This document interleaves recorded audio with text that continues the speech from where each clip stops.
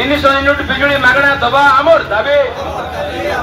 अरे मोहन माझी सरकार कही 300 यूनिट बिजुली कुआडे गला जवाब दियो। समस्त को 300 यूनिट बिजुली मागणा दबा आमर दाबी।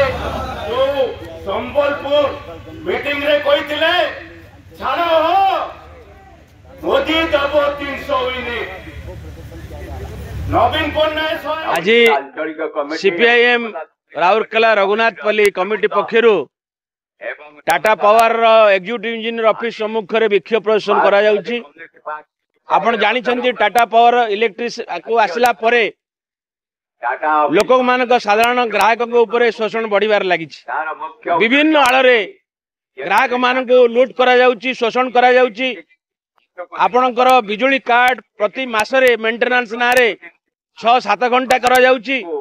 कौन सी सूचना ग्राहक मान को दिया जाउ नाही। द्वितीय स्मार्ट मीटर जोर जुलुम भावे ग्राहक लगा जाउची। ग्राहक न चाहिले मध्य जोर जुलुम भावे लगा जाउची।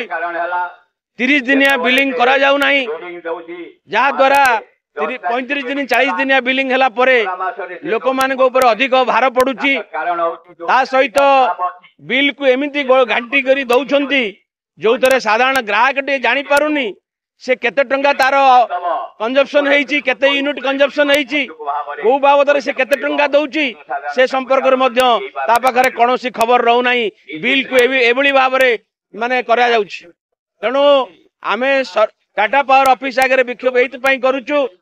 तुरंत ए दिगरे टाटा पावर कर्तृपक्ष पदक्षेप नियंतु एवं 300 यूनिट बिजुली कथा जो सरकार कहिथिले तुरंत 300 यूनिट पर्यंत बिजुली मागणा रे जोगै दिया जाऊ। यही दाबी करी आज टाटा पावर ऑफिस सम्मुख में विक्षोभ होउची। जदि ए दिगरे पदक्षेप न निया जाए एवं लोक मान को जेबली भाव रे लूट करा जाउची ता बंद न करा जाए ताले आगामी दिन रे आउरी बृहत्तर आंदोलन हबो।